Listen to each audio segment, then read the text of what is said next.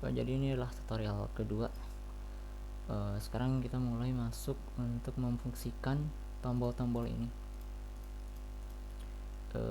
Di halaman login kita membuat supaya ketika tombol ini dipencet kita bisa masuk ke halaman selanjutnya dan juga mengecek apakah akunnya tersedia apa enggak. Jadi yang pertama itu pastikan si input ini itu mempunyai nama yang sesuai. Ini username, namanya harus bebas tapi setidaknya harus nyambung gitu, kayak username atau username input. Ini juga sama juga login juga sama, dan yang ini belum kita reset button. Terus kalau yang teks mah gak harus diganti karena kita tidak bakal ngoding ini juga, kita hanya memproses ininya aja.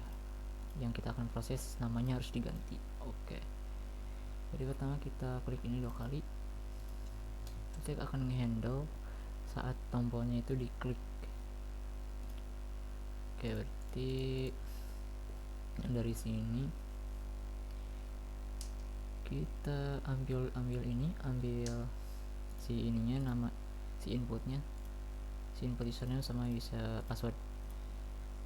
Kita tipe datanya string, terus nama username, terus ambil nama dari input yang tadi yaitu username input yang ada di sini nih. Ya, di sini.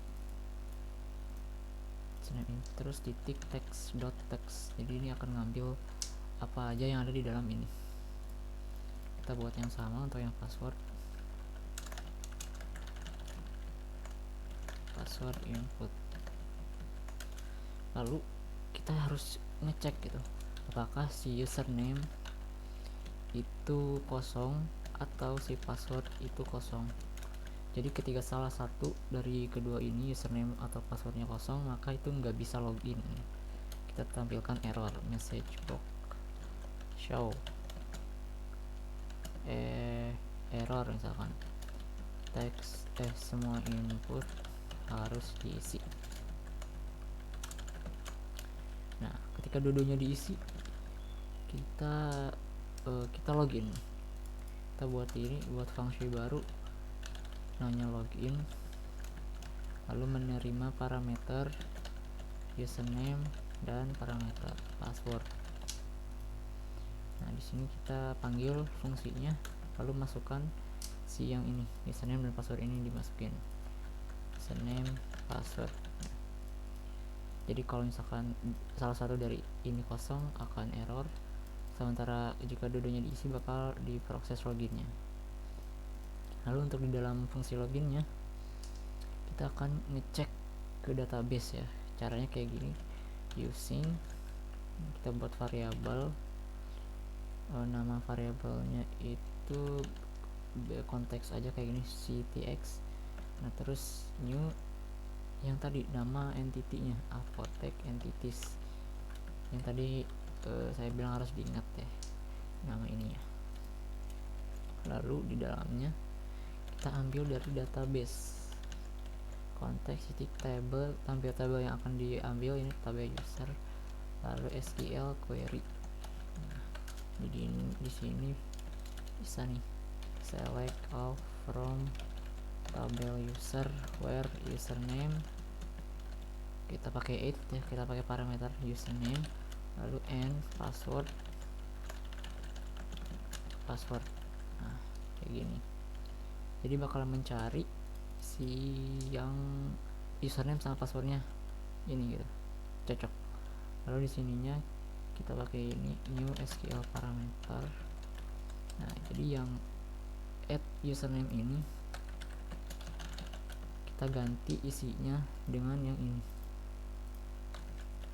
Nah, jadi otomatis yang username yang tadi akan terganti gitu oleh apa aja yang ada di sini. Nah, lalu kita lakukan hal yang sama untuk yang passwordnya.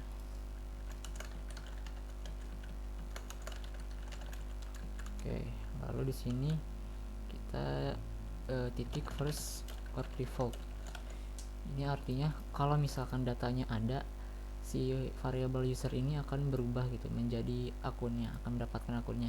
Nah kalau misalkan nggak ada, si user ini akan jadi null. Lalu kita cek jika usernya itu tidak ada atau null, maka tampilkan error kayak yang di bawah kayak ini. Error username atau password salah misalkan. Jika usernya ada gitu, nah hal yang harus dilakukan jika usernya ada adalah membuat kelas baru. Di sini add new item kelas. Nah ke kelasnya nanti namanya menjadi user session. Nah terus ini diganti menjadi static class, lalu buat static properties, static public, terus tipe datanya itu tabel user, terus namanya itu user aja, lalu di sininya itu dikosongin dulu kayak gini, di save, jangan lupa di save, lalu di login kayak yang tadi.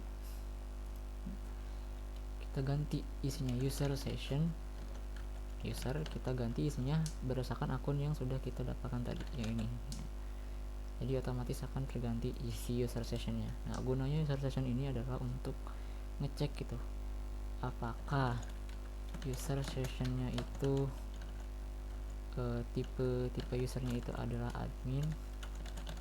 Nah jika admin, maka ini nanti kita cek lagi jika user session tipe user yaitu apoteker, maka akan diarahkan ke apoteker, dan jika kasir maka akan diarahkan ke kasir gitu.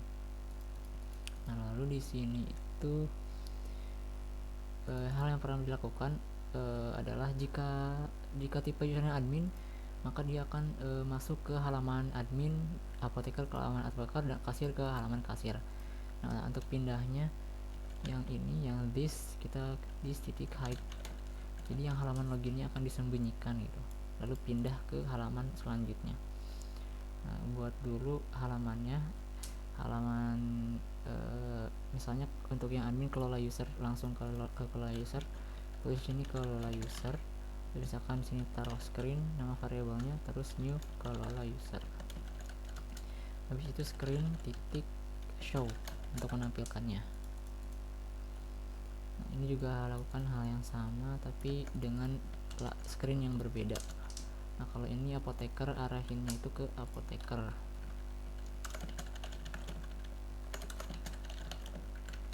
Nah yang ini ke kasir. Nah kayak gini ya. Oke, kita save, lalu kita coba jalankan.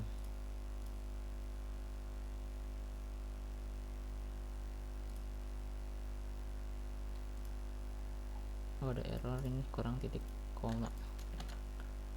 Kita jalankan aplikasinya.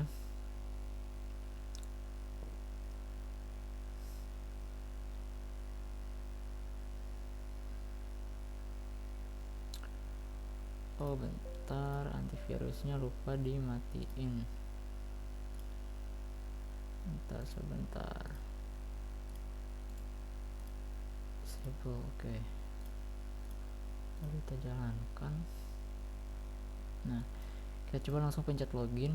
Nah, karena keduanya kosong maka ini akan error.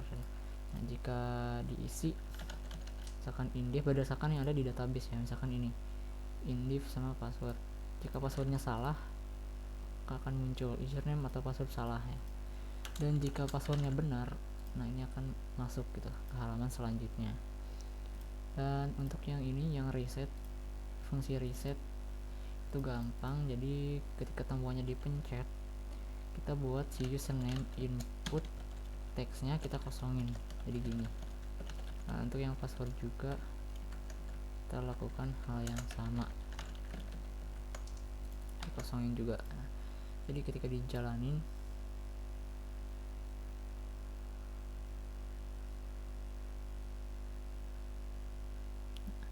ketika kita isi gitu, kalau kita pencet reset maka dulunya akan hilang.